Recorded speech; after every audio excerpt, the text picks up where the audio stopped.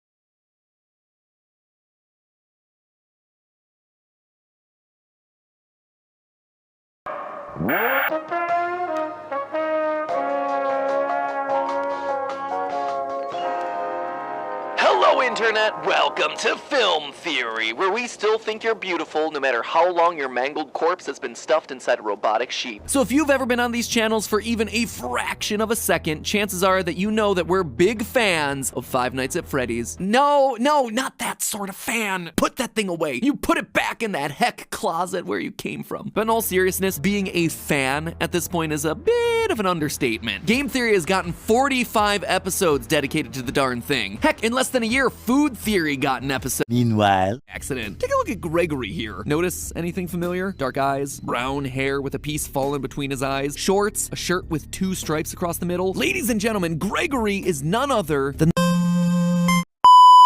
Food Theory got an episode. It is practically a rite of passage for the theorist channels at this point. But what about me? Poor little underappreciated Film Theory, the middle child. Between the official movie's constant delays and other Fnaf-y films like The Banana Splits and Willy's Wonderland being meh at best, it seemed like there was really no chance for the requisite Film Theory on animatronic horror set in a nostalgic 80s era restaurant franchise. But then I found The Walten Files, a combination animation, live action, audio play, horror mystery experience here on YouTube created by the Chilean animator Martin Walls. The events of the story, which is still ongoing and unfinished according to its creator, obviously draws heavily from its FNAF source material, but it uses those elements to tell a horrific tale in its own fresh way. A tale where the biggest horror isn't the immortal aubergine serial killer, but rather our own failings as human beings. But in order to get to that end result, you first need to piece it all together. True to form, on a first watch, all you're gonna take away are a bunch of disturbing images, but if you dare to look closer, the real plot is hidden by glitches, reversed audio, unlisted videos, and even the scariest place of them all, the YouTube comment section.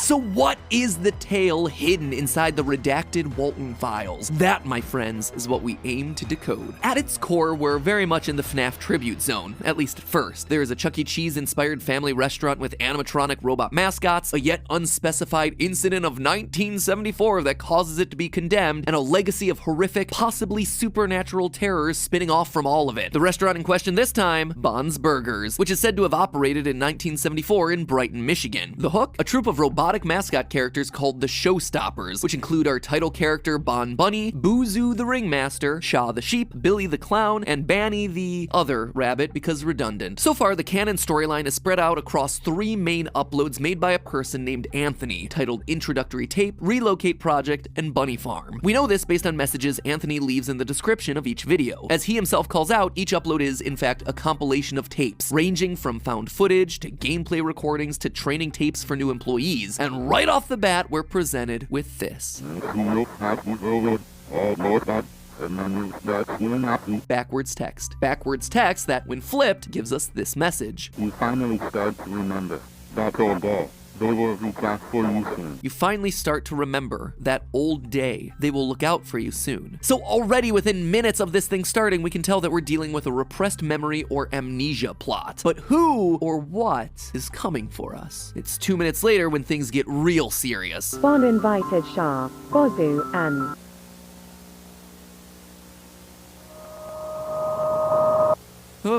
That nightmare fuel there is Jack Walten, one of the co-founders of Bond's Burgers alongside his best friend Felix Kranken. We're told later in the series that they met in college in 1958 via their shared dream of building a restaurant themed around robotic mascots, which kind of feels like a weirdly specific thing to have a shared dream about with a random guy you met in college, but hey, you do you, Jack. Well, apparently doing you means putting his creepy pasta face in the scariest places imaginable. Jack is everywhere across all these tapes. On a movie box, on late night television, in your backpack. We see a missing poster appear on TV with Jack's face, but unfortunately, the video is too low quality to make out the details on the bottom on their own.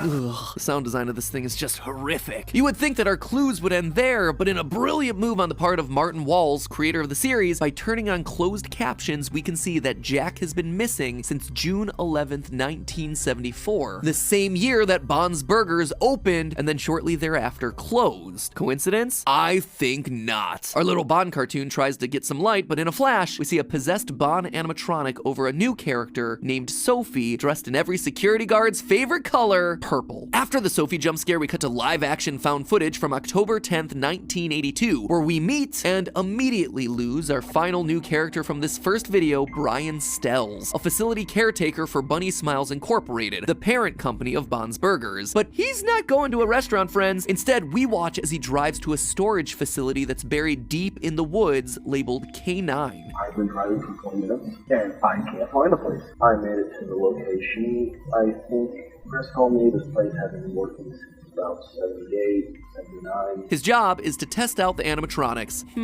Alone in the woods in an abandoned storage facility turning on bloody animatronics. I think we all know how this one's gonna end. Brian is chased into the forest by Bond only to get himself crunched, leaving us with the parting words, quote, "He thought I was her." Notice again the purple uniform. Suspicious. And with that uplifting message, the first upload of the series ends. But the mystery continues. You see, under the video is a pinned comment written by an account named The comment is, well, it looks like someone tried typing it with their feet. A string of random letters and numbers seemingly amounting to nothing. But you all know better because you all are theorists. You know that's gonna be a code, and indeed it is. It's a text string written in base 64, which, when translated using an online decoder, gives us, quote, "The first pieces of the puzzle have been placed. The puzzle is far from a solution, however. Be wary of the hints that appear over time. One misdirection can throw off the course of this puzzle forever. Psi-05. Noteworthy here is the name Psi-05, which, when translated back in base 64, is, go figure, K9, just like the animatronic storage facility. And now, things are really getting suspicious. Going to his channel reveals nothing but a ticking clock and a promise of more puzzle pieces for those who are patient. And speaking of patiently waiting for more clues, we'll be back with more Walten Files clues here in a minute, but first it's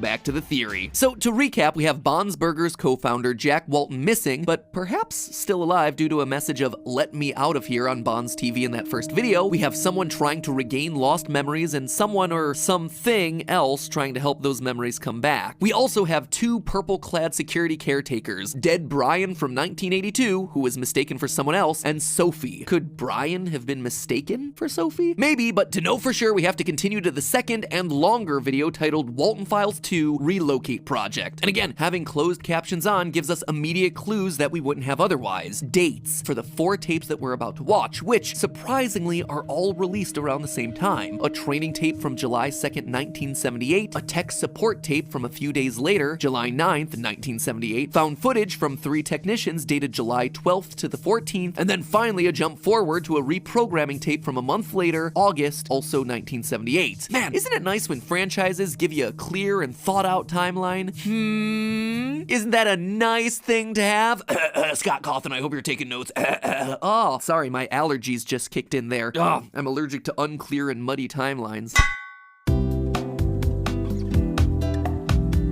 From these tapes, we start to fill in the gap of time from the previous upload. With all these coming from 1978, we learn what's happened since the closure of Bond's Burgers and Jack's disappearance 4 years prior, but also what led to Brian's death in 1982. We see that, in that time, Jack's partner Felix Kranken completely took over the company, literally cropping out his former best friend like you do with an ex-boyfriend on social media. The name Relocate Project is his initiative to, well, I'll let the text-to-speech bot tell you. The purpose of relocating them in a new restaurant that would be opened in a not-so-distant future. A pretty smart plan, right? A not-so-distant future of 1982, as we see on this high-fidelity drawing of the restaurant. So this tells us that Brian's death, also in 1982, was a direct result of Felix trying to rebrand and reopen the Bond's Burger franchise. And the film isn't subtle about how great of a guy Felix is. Let's give it up for Felix Kranken, a man with not only a giant brain, but also a giant heart.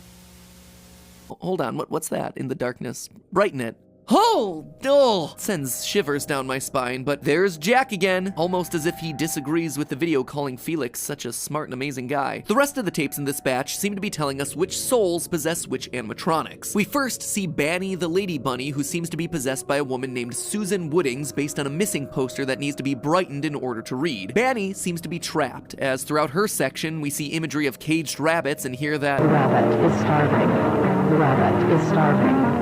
The rabbit is starving. The rabbit is starving. Sounds like that bunny might be starving. I don't know, just a hunch. So, is Susan starving, or is this the animatronic itself starving and needing to feed on souls? It's unclear at this point, but it does seem to connect with a secret final line that happens after this episode's credits. Waiting until the very, very, very end of the video gives us this line. Shadow Man, feed me when lights go off. Shadow Man feeds me when lights go off. Weird, right? It would seem like we have another malevolent force at play in the story, or maybe the Shadow Man is a caretaker of sorts for these animatronics and the souls that are contained inside. Either way, it does seem like we see the Shadow Man on this same upload, in the 3rd tape, the Technical Support VHS. Here, Shaw the Sheep gives us a tour of the facility, leaving rooms and leaving behind a dark figure, something that could easily be described as a Shadow Man. But that's not all the creep factor in this tape. In addition to your standard creepy posters on the wall and disturbing imagery, we get this piece of audio.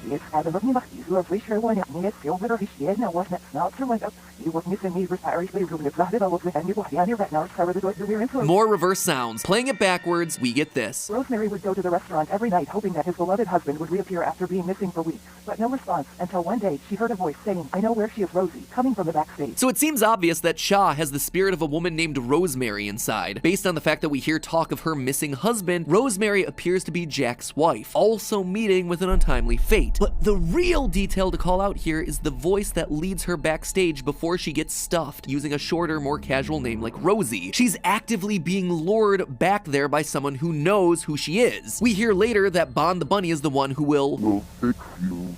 You will be beautiful. So could it be that Bond was also the one luring her into the back? Or was it the Shadow Man? In any case, it's yet another confirmed victim of the restaurant chain, and yet another animatronic identity confirmed. Which leads us to the last tape of the bunch, in which 3 employees spend a night in the K9 facility as they try to reprogram the animatronics. Ashley Parks, one of the 3, wanders off at night to explore deeper into the facility. Through her found footage, we not only meet a new animal friend, a gray rabbit that appears to be more puppet than robot, but we also get up close and personal with Billy the Clown, which seems to be an older model complete with a cassette player in his stomach. And of course, this being a horror series, Ashley can't help herself. She plays the tape only to hear this. Jack, Susan, Charles, Rosemary, Sophie. A list of names, and not just any names: Jack, Susan, Rosemary, Sophie. One character we know went missing, two we know are in animatronics, and Sophie, whose role is still unclear. Plus, there's a new name this time, Charles. Could this be a list of souls possessing our 5 animatronics? Or, since we suspect that Rosemary and Jack were husband and wife, are they instead all related to each other? It remains to be seen at this point in the series. What doesn't remain a mystery, though, is the fate of Ashley, who, like so many before her, gets attacked by Bon and put into Billy. In a flash frame before the video ends, we're left with this chilling message and text across the screen of how their visit ended. They left the next day. They thought Ashley left early,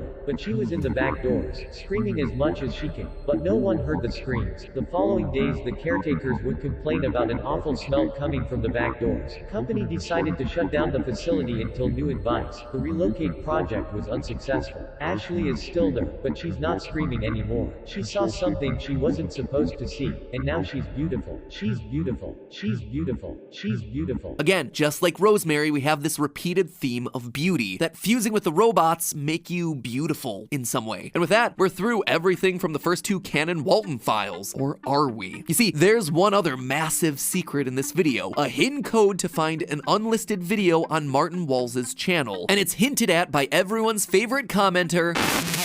More puzzle pieces have been laid out for you. Others are more significant than others. 2 pieces are crucial to slowly achieving the solution. Find the pieces, return them to me, and meet at the intersection. See you soon." End quote. And wouldn't you know it, but sure enough, there's a YouTube link broken in 2 pieces, hidden at both the front and back of the Relocate Project video. Putting them together gives you access to a secret video, lucky you, where everything starts to come together. But that, my friends, is a story for another day when we continue dissecting the clues hidden in this incredibly dense series.